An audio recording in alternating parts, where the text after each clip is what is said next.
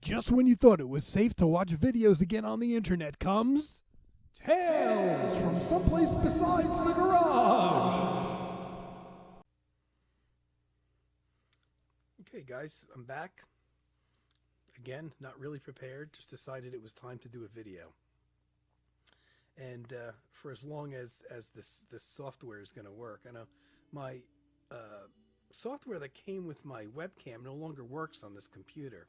It doesn't pick up audio. And so I'm using one of my professional microphones that I used to record music with. So now the whole audio setup, instead of just using the camera, is this big convoluted thing. I got the microphone, which is just off camera. You can't see it. The tip of it's right here. Going into a mixer. The mixer's going into the computer. You know, so you got to dick around with the volume levels and all that kind of stuff. So it's still a work in progress. Don't know if you're hearing background music or not, or if it's too loud. Just so you know, by the way, I don't have a fireplace in here. What you see, the flashing of the lights, is actually, I have to leave my TV on most of the time when I make these videos because there's not enough light in here from just the overhead light that I have. The bulb is too weak. So I can't see what I'm talking about half the time. So off in the opposite corner of my room here, I have a TV that sits up fairly high. So when I turn it on, it kind of sheds a nice bunch of light over. So I can see better. So I have the sound of that turned down, but you'll see the flashing. I'm sure you'll notice that. Looks a bit like a fireplace maybe at times. Okay, so what am I going to talk about? I'm barely prepared. You know, when I had to come back inside, it changes the direction of doing the videos from what I do in the garage. So I thought I'd just make a mention of, like, you know, what's going on, what I've been listening to maybe lately, and, you know, maybe talk about things a little bit different than the stuff that I've done in the garage. I just wanted to mention, it's always bad when I get into somebody's music nowadays and they're still alive and they're an older person.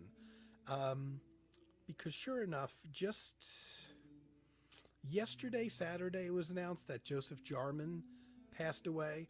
Now, I've been listening to Joseph Jarman's music since the late 1970s when I got into ECM Records, and ECM had the Art Ensemble of Chicago signed to them. And I didn't pull out all my albums for them. I've got 3 vinyls here. Actually, right there on the back shelf, right there is a bunch of, or maybe it's the one up above it, is a whole bunch of Art Ensemble of Chicago compact discs. I have more albums of theirs actually on compact disc. But I try not to show compact discs only because the covers don't show that well on camera. So I like to go pull out my vinyl. So Joseph Jarman passed. Sweet guy. And like a lot of people, I got into him through the Art Ensemble of Chicago back in the late 70s. I always listened to the Art Ensemble essentially as a group. And I did on occasion, this is a great album, Urban Bushman, the double live album, very well recorded. This would be a good album that I would use to introduce people to the band because, you know, they were a free jazz group in a lot of senses. But I think that album displays a nice wide range of what they do, especially for people that don't want to hear screeching free jazz from beginning to end. That one is extremely well recorded. I think it's the early 80s or around 1980. Yeah, concert recording May 1980, this double live Urban Bushman, which I bought on CD a couple years ago. I don't recall if it's in print right now, but it is on ECM. So sometimes their stuff goes in and out of print. And I know there's definitely copies around. Here's non-ECM. I think it's the only album that I have of theirs. Art Ensemble of Chicago, that's not in ECM. This is from 1971 recording called Phase 1. And it's on the Prestige label. So kind of weird to think of Prestige if you're familiar with the history of Prestige Records. They were very kind of conservative, conventional 1950s era mainstream jazz. And you think of those first Miles Davis recordings, this first quintet, those were all prestige records, the acoustic jazz albums, John Coltrane and that band. And that's kind of the direction of a lot of what Prestige Records is known for. Not this so much. This is a pretty free jazzy thing. Not that well recorded, which definitely hurts this kind of music because when you have some free jazz and you don't record it well, it tends to sound like a mess. But apart from Lester Bowie, the late trumpet player for the Ensemble Chicago, I didn't get into a whole lot of their solo stuff and side projects until a handful of years ago. I want to say in the late 1990s or early 2000s. Black Entertainment Television used to, it's gone now, used to have a channel called BET Jazz, and you knew it wouldn't last long. It was a channel apart from the main Black Entertainment television channel here in the United States. And I don't know, it was on my cable system. I don't know how many years it lasted. I want to say at least 5 or 6 years. And they featured pretty much just jazz. And you knew it. There's no TV channel, especially a commercial one, that's going to have jazz that's going to last very long. But I was lucky in that I recorded a bunch of things off of the BET Jazz channel when they were on. And one of the things they had, and I want to say, I think it was an hour-long special. And they had commercials, so in the end it would have been maybe a 45-minute program. I don't think it was a half-hour program now. I have it recorded somewhere here. They did a profile, like documentary type thing on Joseph Jarman. Now, I don't know if the BET channel actually did it or whether they were just playing it. I don't know if they sanctioned it, if they paid for it, or whether it was just a documentary that they happened to air. But I saw this on Joseph Jarman, who had left and wasn't, for a lot of years, actually playing with the surviving members of the Art Ensemble of Chicago. But he was making some solo albums. But he kind of became a spiritual, a Buddhist guy, and I believe was living in the dojo in New York City for a long time, where he... I don't know if he was a Buddhist teacher or whatever. He was a fairly high-ranking guy in the organization, got very spiritual. And I was very much fascinated with this interview, and a very peaceful, sedate, calm guy, which is maybe not quite what I was expecting after growing up with some of the cacophony of the Art Ensemble of Chicago. You don't necessarily know what to expect from some of these guys that play that kind of music. And so this documentary thing, which I want to say was probably made in the late 90s. So already, Joseph Jarman was not a young man at that point. But it showed some music that he was playing with an ensemble that was not the Art Ensemble of Chicago. It was a different grouping of musicians, primarily acoustic. I remember there being an upright bass player and some kind of weird keyboard instrument like a harmonium or something like that. It was very cool, but it was not really so much the free jazz. A little bit of it got a little up tempo, but there's a lot of calm music in there. I gotta find that documentary. It's really incredible. I had an interview with him, and you could just see that he was kind of at peace, and he was a peace-loving guy. And it was really, for me, the first time that I had heard his music apart from the Art Ensemble of Chicago, and the first time I got to really hear him play. He was playing saxophones, and he was playing, I think it was a bass flute on there as well.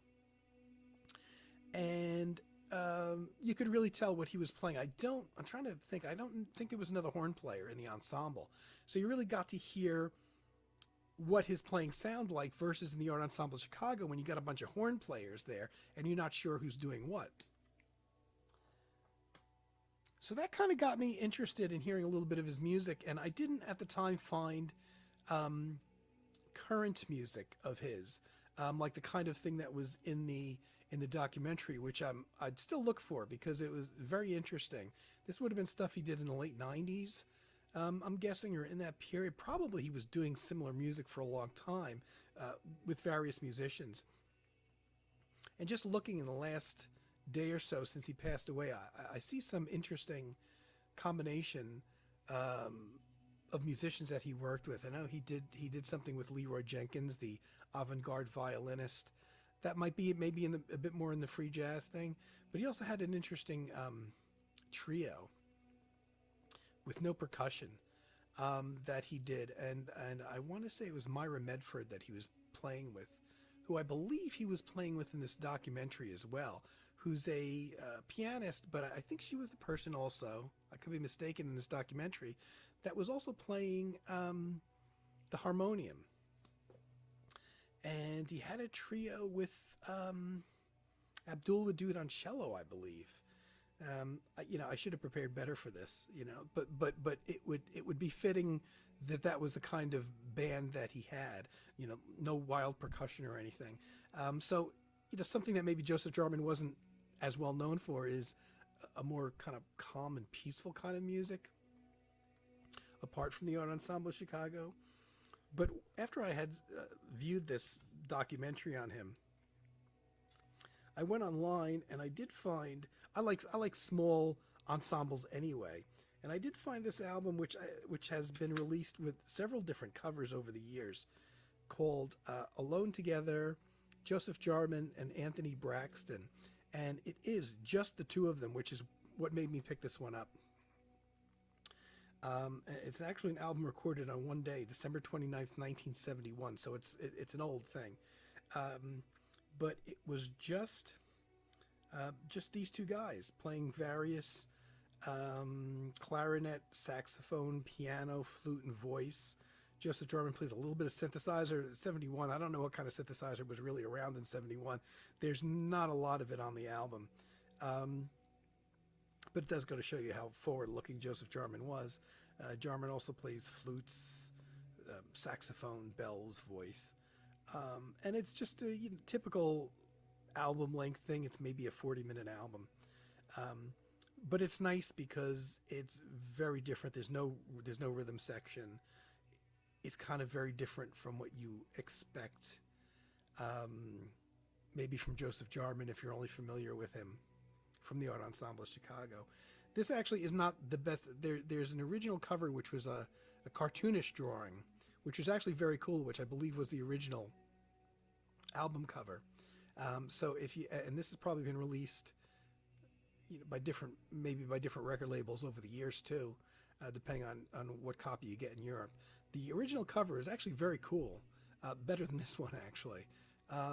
If you go on Discogs, you'll see it. I don't know if on CD, I think it was issued with the original cover at one point. But it's a good album either way.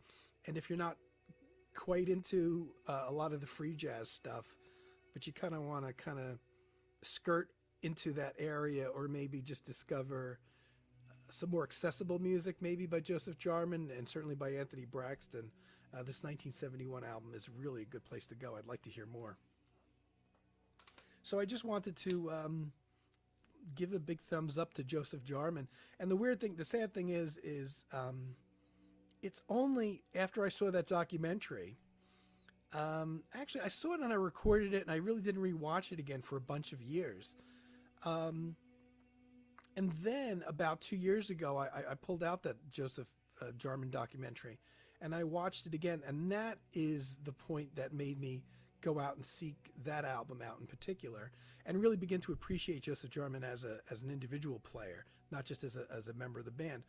And I discovered all of a sudden, after listening to this guy in the context of the Art Ensemble of Chicago, I discovered, hey, I really like his playing as a saxophone player. Like, I would definitely put him in my list of favorite saxophone players. Whereas in previous years, that wouldn't have really crossed my mind, because I only heard him in conjunction with all the horn stuff that's going on in the Art Ensemble of Chicago, and you can't tell who's doing what. So it's unfortunate that he passes away kind of just at the point that all of a sudden I'm beginning to appreciate him as a solo artist. But that's the way it goes. So remind me, don't get into any artists that aren't A, already dead, or B, are anywhere near my age or older. Um, because this is what seems to happen. I seem to listen to these guys and they drop off the face of the earth. So if you watch my last video, I was talking about how much I love this album and how this got me. Actually, this is the album where I talked about how they loop and repeat the performances of just about every piece on here, which are various tracks by different musicians that are actually taken from music soundtracks, but definitely much more low-key stuff.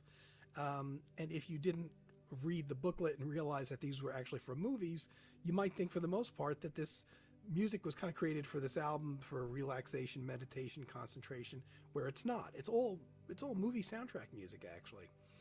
But this is the album that got me actually into Popol Vuh because of the material on here that was taken from the Cobra Verde movie. And so I was speaking about this album on my last video, how much I like it, and how for years I couldn't get the Cobra Verde soundtrack because it was out of print. So I bought a bunch of other things, including there's a one CD kind of compilation that was actually the first Popol Vuh album I bought, which I forgot to pull out here, called the Best of the Werner Herzog Soundtracks, because Popol Vuh, or Florian Fricke, the mastermind behind Popol Vuh, did a whole bunch of movie soundtracks for Werner Herzog movies, and actually couldn't get them at the time that I at first come across the sample of the music from the Cobra Verde soundtrack that's on that Music for Meditation compilation CD. So I did find that CD, which is a single CD set, which also has a little bit of the music from the Cobra Verde soundtrack, which is called the Best of Werner Herzog Soundtracks by Popol Vuh. Not bad. It's short. It's like a 44-minute album, though. So they really could have included more music. And that had to do because at that time that I got that, which was fairly early into the CD era, I want to say like early 90s, you couldn't get much of the soundtrack music for that Popol Vuh did for the Werner Herzog. But then I bought this, which has all the soundtracks that he did, which is, I don't know, 5 or 6 albums. It depends on how you count, because some of the albums don't have very much music by Popol Vuh on it at all. And some of the soundtracks are actually just comprised almost totally of music that was by Popol Vuh, but was actually taken from solo albums of his or group albums of his, and not music that was written specifically for the movies. So I forget, maybe there's 4 or 5 actual soundtracks or music that he wrote for specific Werner Herzog movies that isn't on other albums of his. This set wasn't bad. I got it at a good time. It came out and it was supposedly a limited edition. Well, I guess everything's a limited edition, and it didn't sell so well, I guess. And so I was able to get a new sealed copy at the right time, years after it came out, and it was relatively cheap because I had, I don't know, 2 or 3 of the albums already in here.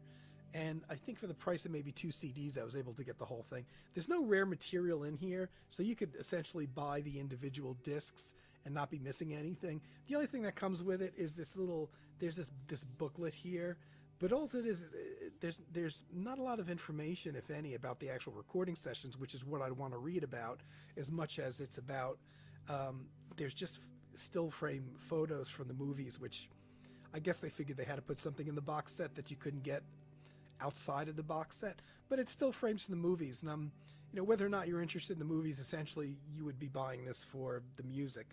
And unfortunately, the book does not go into any depth at all about the soundtracks. But so talking about on my last video, the music for relaxation, meditation, and concentration CD, which got me into Popol Vuh. I started listening to the soundtracks again. I have to say, as far as Popol Vuh goes, I actually like the soundtracks better than their regular albums.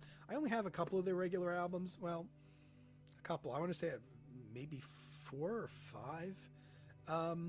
And I would definitely pick up the ones I don't have. But for me, there's something about the soundtracks that I like better. They're certainly moodier. But how one thing leads to another. Thinking about those Werner Herzog soundtracks got me into, and several years ago when I first got that box set and I was listening to them, it kind of got me a little interested in Werner Herzog, and I saw a couple of his movies, and I even bought a DVD called My Best Fiend, which is a documentary that Werner Herzog made about his relationship to the actor Klaus Kinski. Now, Klaus Kinski I know from watching tons of his movies as I was growing up, a lot of them horror movies. But Kinski also was fairly insane, actually, and had a hell of a life, and made a bunch of his best movies that he probably made as an actor were the movies he made with Werner Herzog. But Kinski, I have it here somewhere, I'm sure, wrote an autobiography which is just absolutely unbelievable. It's just so much stuff had to be edited out, and he got sued by people, and I'd love to see the original manuscript of that book. I believe it's out of print now. But it kind of got me out, just from one thing leading to another, and listening to those Werner Herzog soundtracks that Popol Vuh did, and thinking about the connection there to Werner Herzog and the Klaus Kinski documentary. And it got me thinking also about Grizzly Man, which is a movie I had heard about when it came out. When did it come out? 2005. It's a Werner Herzog documentary, not a fiction film. And Werner Herzog, when I looked him up, I was quite surprised that he did as many documentaries as he did, because he's essentially a fiction filmmaker, I guess you could say. Though he's done a ton of documentaries. I had heard about Grizzly Man when it came out, not even knowing it was a Werner Herzog movie. And it sounded interesting, about a guy who was, I don't want to say like off his rocker, but he was a little eccentric. And he would go out and, what was his name? Timothy Treadwell. A guy who lived unarmed amongst grizzlies for 13 summers. Every summer he would go out and go live out in the various parks, where bears roamed free. And he would basically, most years, I think, stay there until they went into hibernation. And really interesting, quirky guy who ended up dying and being killed by a grizzly bear, actually, after many years of actually living among them. And I'd heard about it, and it was one of those movies that I thought at the time, oh yeah, I want to see that eventually. Never did, to my best recollection, it ever pop up on TV or anything. But as a result of, I didn't know it was a Werner Herzog movie until I was listening to all these Werner Herzog soundtracks, and I looked them up. This goes back even a couple years ago. There's another cycle that I went in with the Herzog soundtracks, and I realized that that movie Grizzly Man was actually directed by Werner Herzog. So a few years ago, I bought this documentary when I realized, I bought the DVD of it when I read that there is also a 50-minute documentary on the making of the film's music. Now, this soundtrack was not done by Popol Vuh. Florian Frick had passed away before this film was made. But any behind-the-scenes kind of thing like that, you don't see a whole lot of making of documentaries, especially of movie music. And it was by a guy that I know. I mean, I'm not really a follower so much, but it's Richard Thompson, who a lot of people would know as, I don't know, I guess kind of like a folky guitar player, singer, British guy. but I had a lot of respect for him, even though it's not really my particular kind of music. And I thought it was interesting that Werner Herzog, after using Popol Vuh for so many soundtracks, would go to a guy like Richard Thompson. So there's a lot more depth to Richard Thompson's music maybe than I realized from just hearing, and I think I do have one of his solo albums. But you might not necessarily think a folky guy singing, he plays electric guitar as well as acoustic, who essentially sings and writes songs, would be a guy that would be a soundtrack guy. But the music in the movie is extremely moving, very different from the Popol Vuh soundtracks. But when I read, I was able to get this at a really good price. Between having the desire to see the original movie, which has nothing to do with music, and seeing that there's this 50-minute documentary, just the documentary alone made me pick up the CD. And I don't think I've ever seen Richard Thompson in the studio or being interviewed or anything like that. And just the fact that they filmed the actual recording sessions. Very interesting stuff. And, when I got the DVD, which I bought a couple years ago, I put the documentary right in before I even watched the movie. To me, the movie was kind of like an extra to the documentary instead of the other way around. And then when I saw the movie, I was incredibly moved. Wow, what a story! And of course, it's all real. It's all true. You can't go wrong if you're a fan that likes to see the behind-the-scenes stuff of the recording. Whether or not you're into Richard Thompson's music, and after seeing this, I have a newfound respect for him. Not that I didn't respect him, but really, the man had much more talent than I realized. And then the movie on top of it kind of has the bonus extra. It's incredible. This could be amongst, this is certainly amongst the DVDs that I've probably reviewed in entirety the most, of all my DVDs. I've got hundreds of DVDs. But it's just on both counts, in the fact that the Grizzly Man movie itself, the documentary, and the actual behind-the-scenes soundtrack. It's interesting. Werner Herzog's very involved in the soundtrack. You would think that most filmmakers sanction some guy to go off and do the soundtrack and bring me back the music and I'll tell you what I like and what I don't like. And yet Herzog was actually in the studio when Richard Thompson is creating and composing and recording this stuff. He's sitting right there listening to it. And, commenting. It's very, very interesting to see. And it's one of those things, for some reason, I can watch over and over again and not get bored with.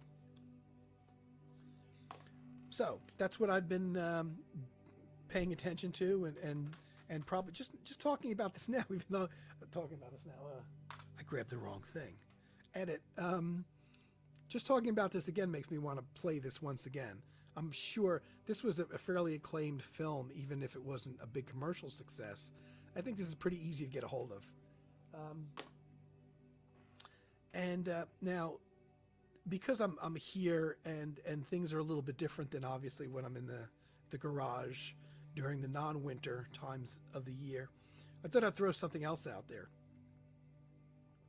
And maybe something that I would love to see anybody that makes videos pick up on. And if you don't, that's okay.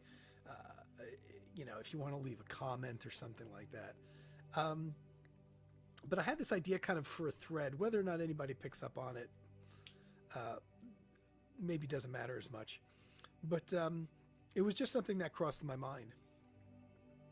Obviously here in the VC, and really all the people, anybody that watches my videos, regardless of what kind of music they're into, is heavily into music of various types. And I was thinking, well, just about everything I'm interested in is connected to music in some way or another. And I thought, well, gee, the one thing that I'm interested in a great deal, that, things that I look for on television, for instance, or on YouTube, or even to read about especially, that has nothing to do with music. And I wondered, maybe other people can comment and throw their things that, the one thing I'm interested in a major way that has no connection to music is whatever it is. Probably for a lot of guys it would be sports. But for me, it only struck me because once again I came up and read something. It did, my interest in this did come as a result of kind of like through the music world, but it's got no real connection to it. And that is my favorite book of all time. I've spoken about this before, Straight Life by Art Pepper and his wife Lori Pepper, the late Art Pepper. This is an autobiography, which is just an incredible read. I've owned this twice. The first one I read to shreds, the first copy I read to shreds. And a good portion, now obviously he's a musician, so you might be asking, well, what does this have to do with interests outside of music? Good portion of the book, though, is written about Art's life, and he was heavily involved with drugs and crime and robberies and did jail time and stuff like that. Was attempting to get out of that lifestyle, and joined in California in the 60s a fairly well-known organization called Synanon, which was an organization where people, hundreds of people at any given time, went and lived in a building in a community type of thing. And most of the people there were people that had problems with drugs, and they needed some kind of, and they were not in jail, though a lot of them had done jail time, and they were not really able to get their life together on their own, so they needed kind of the structure of an organization.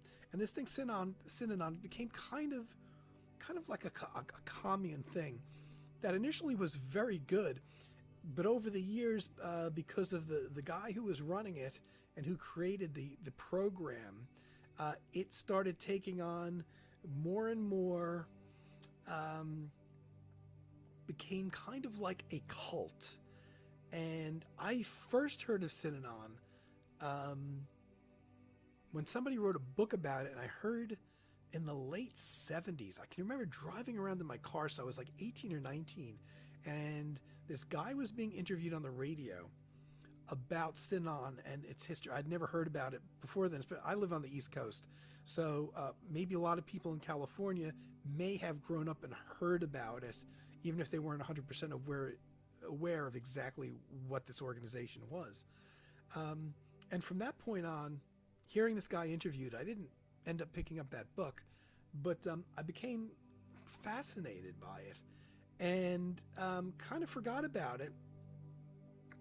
And whenever the original book of this got published in the very early 80s, which is only a few years after I'd heard this radio interview about Synanon, sure enough, I buy the book, and who spent a whole bunch of time in Synanon and writes in great detail about it was Art Pepper. And I want to say the book originally came out in 81 or 82. The original version of this book, which was before Art passed away. And it's weird. I kind of got my Synanon fix from, wanting to learn about the organization years ago. It got me interested in that kind of cults in general, but also the cults specifically that kind of start off as more like a regular thing, not this weird cult that believes necessarily in aliens or coming down or anything like that, though I'm into all kinds of cults. But it's one of the things that I gravitate toward. I love to read about, especially or see documentaries on or anything like that. I'm very interested in cults. And and it really started with the whole Synanon interview that I heard, and then reading about it in this book. And then when cable TV came along, you would see more documentaries on it. And I kind of got into that from there. So even though it originally had a bit of a music connection, it's its own separate entity also. And also, growing up when I did, a lot of these musicians, and I think like guys like the Amandul group and people like that, actually kind of either formed their own cults, or a lot of musicians kind of came in and out of cults. If you look at the history, for instance, of the original members of Fleetwood Mac, specifically the early guitarists. You see 2 out of their 3 early guitarists actually went into cults and stayed there for decades.